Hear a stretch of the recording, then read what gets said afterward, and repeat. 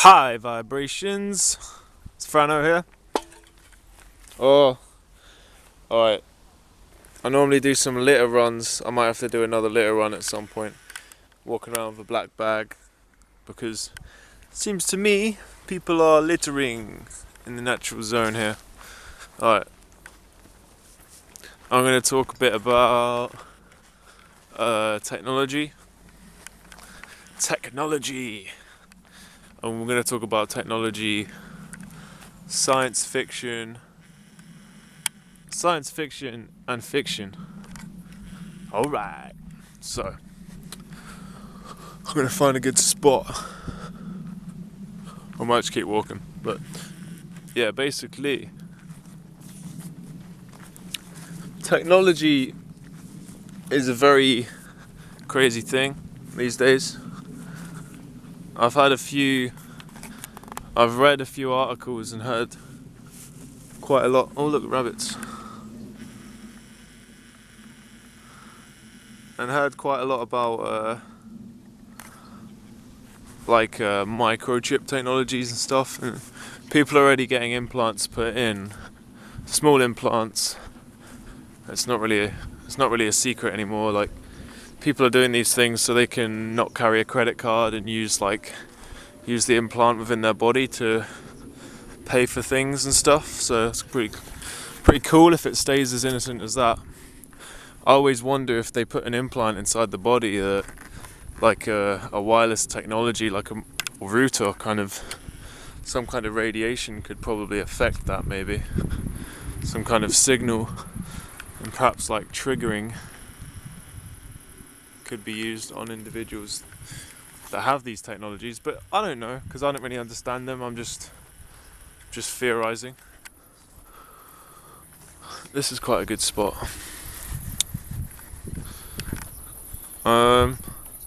So yeah, microchips. I'm not going to talk about microchips because I don't really understand them yet, to be fair.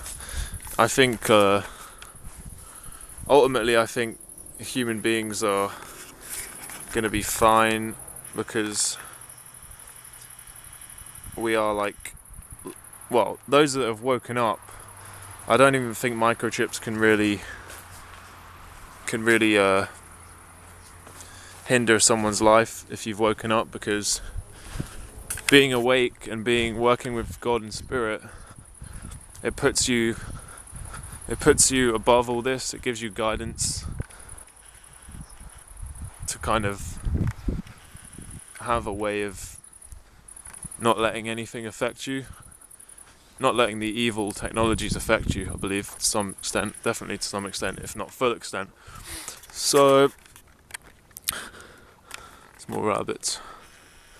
But yeah, I'm going to talk a bit about like cloning and stuff, because cloning it's not a myth.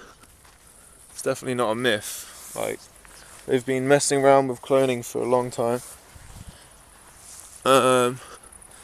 Like a good film actually was made in the 80s or the late 70s, called Invasion of the Body Snatchers. Probably based on a book as well, like most good movies are. And it's obviously about this alien species that comes from like rain and begins to get in the system of humans, and before you know it, the clone of the human victim is growing in a pod in the garden. And then obviously the original humans probably, it's something like, when the human falls asleep, which is a metaphor itself, because when you're asleep you're giving power to others. But in the Invasion of the Body Snatchers, when the person falls asleep, the kind of the clone replacement begins to grow, and then when it's obviously fully grown, I think the original human's dead, is destroyed, and this drone that's just basically doing their job perfectly and all that without any personality or soul whatsoever, this drone clone takes over. So it's a really good film actually, but yeah, it's kind of like metaphors of being asleep, I suppose, as well as like potential crazy technologies that probably don't exist. So yeah, it's been such a lovely day today. We have some some plane trails flying overhead, but it doesn't really bother me. Some birds there as well. So yeah, that's science fiction. But yeah, I believe like if there are sentient physical aliens, because I believe there are non-physical aliens maybe around somewhere, but if there's like actual physical beings that have like larger brains than us and can somehow find a way of sending ships into space, I'd say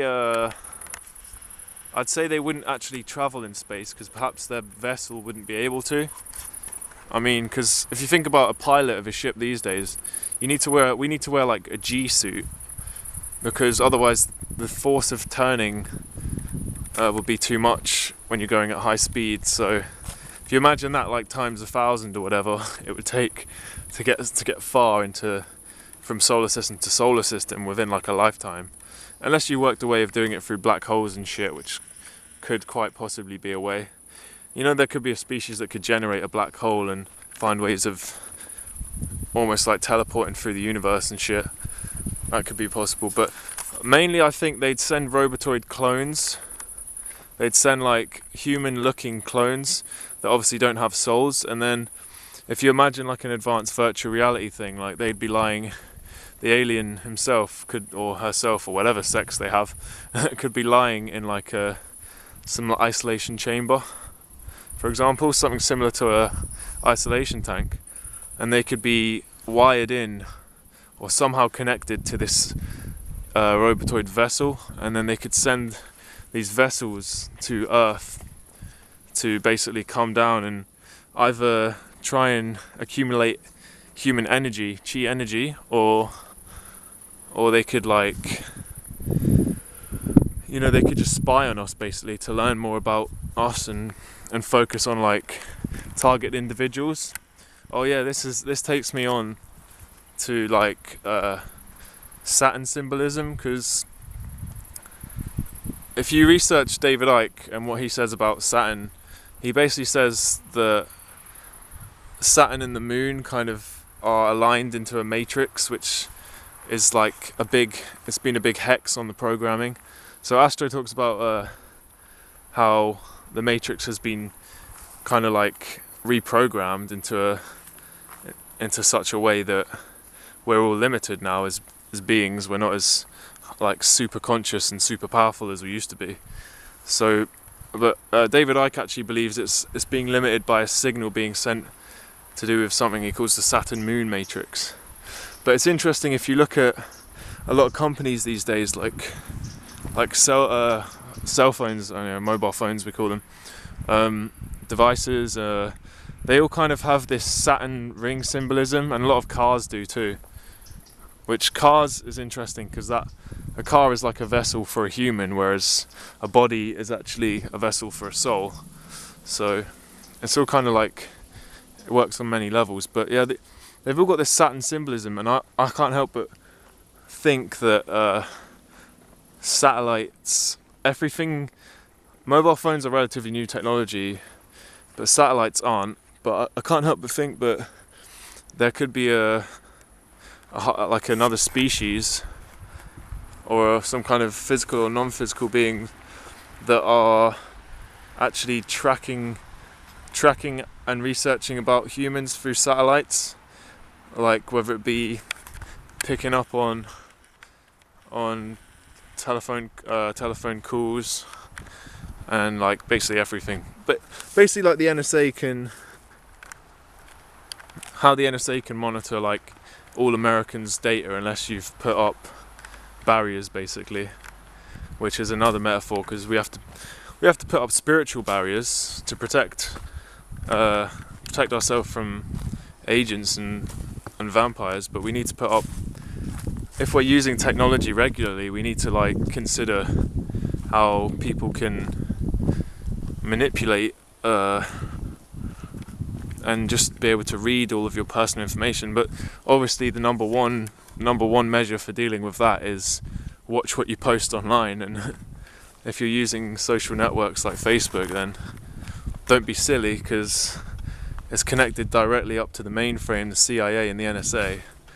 Like, I mean, it's, if you don't know it, you know it now, that all of your social network information, whether it's put on privacy or not, whether it's put on private or not, people have been chopping some logs here, it's pretty sweet. Getting in some wood. No, sorry.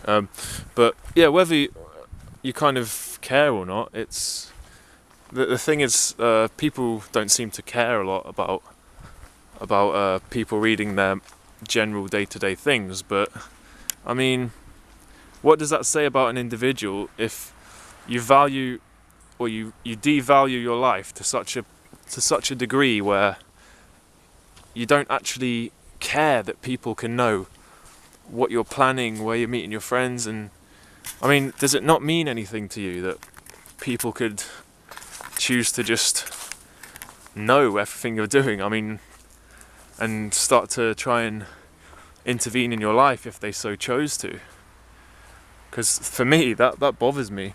Whether I'm up to good, whether I'm up to bad, whether I want to go meet my girlfriend, whether I want to go meet my friends, what it comes down to ultimately is, like, if you're living with a family and you have kids, I mean, you're not going to go around taking photos of your kids in the bath and shit.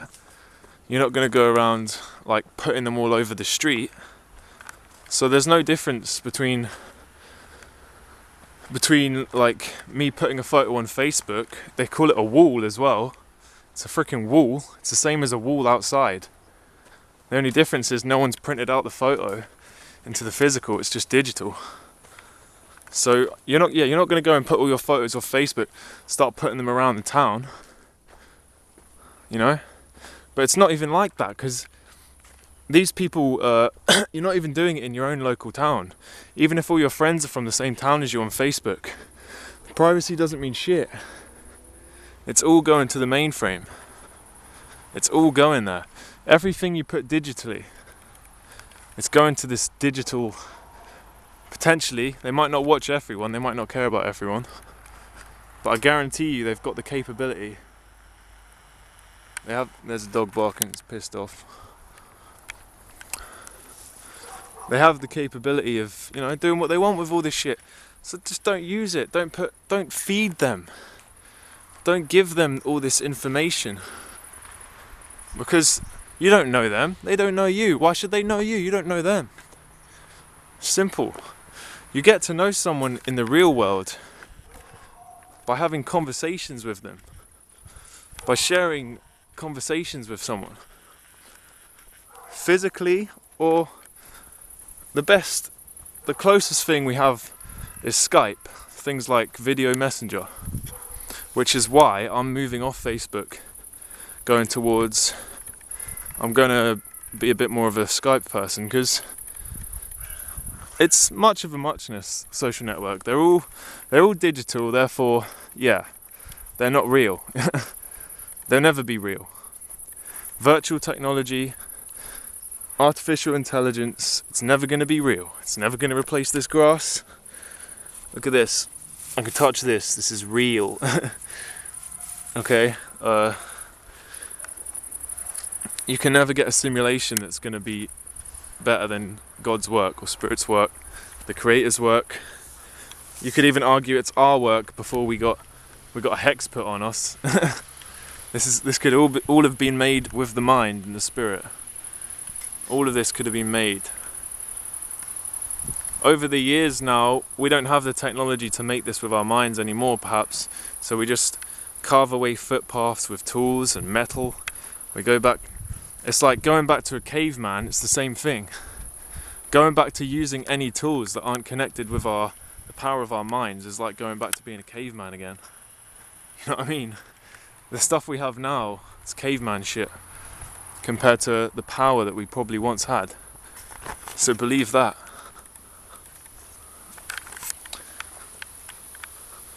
So yeah, man. I love movies. I'm a bit of a nerd when it comes to sci-fi movies, especially, and like 80s sci-fi, 80s horror, because that shit's fun. I love like a good novel. Read a few Stephen King ones lately. One was about pet cemetery, about people basically. It's like playing God, actually. It's related to the playing God kind of technology thing that we're trying to do with AI. But it was about people burying their dead pets into a cemetery. Some kind of crazy black magic going on, and then the pet comes back to the owner, but it's like dead. It's like a freaking zombie, you know? So it's not the same, and the pet is, the soul of the animal comes back, no, it does not come back into the animal's vessel, so it's actually like a dark demonic energy just replacing the vessel of this dead animal, because obviously the soul doesn't, there's nothing that humans can do to move a soul from one body to another. This is not in our hands. This is in the greater power's hands. So you might be able to use everything that's in the brain. The brain, you might be able to get how I use my brain. You could, like, I don't know, eventually get to a position where you could clone me or whatever, or anyone, and you could get in a position where you could get the way I think, probably the most likely thing. You'd never get the exact thing that I'd say if you were having a conversation with me, because that's impossible, because if I'm in a creative frame of mind, I could go ahead and make up a word. I could make up words. Or I could say words that I read one time when I was 6 years old. And a computer cannot do that. This just can't be done. And yeah, what's pure is the soul. That's the soul. This is, at the moment, it's pretty much 5 to 6 sense experience. Sometimes you get the sixth sense, sometimes you get the third eye. If you engage your third eye, or you're in the moment and you use your heart, you can feel things and know things before they happen. But yeah, we're not super. We are limited in this body. But the soul isn't. Kind of like, the soul is much more powerful than that. It's just our human race has been, obviously, this planet, some kind of bad code has been put on which is limiting us all, and then the society that's getting built is kind of further limiting us by distracting us and making us all worship money. So, but no, I'm saying this, but this isn't true, because people work and they love family, and what we need more is just to, I don't know, we need to love family and then love friends and love all, really. Love the whole race. That's kind of, yeah, I'm a bit of a hippie, but yeah. I know how, like, there's so much shit going on, people are busy all the time, and, you know, it can be hard, but this is all kind of optional, I think, as well. If you have the willpower and the motivation and not just thinking about doing things, you do these things and you make plans and you set goals, you can certainly get to a position in life where you do what you love to do, and you make the financial, you get the money, you get what you put in. If you work hard enough for long enough at something that you love, you can definitely get the financial rewards as well as the spiritual, mental, emotional rewards. And yeah, it's going to be emotional, it's going to be a roller coaster, because that just makes it a good life. So anyway, I'm babbling on now, so I'm gonna say goodbye. Peace in and out, high vibrations.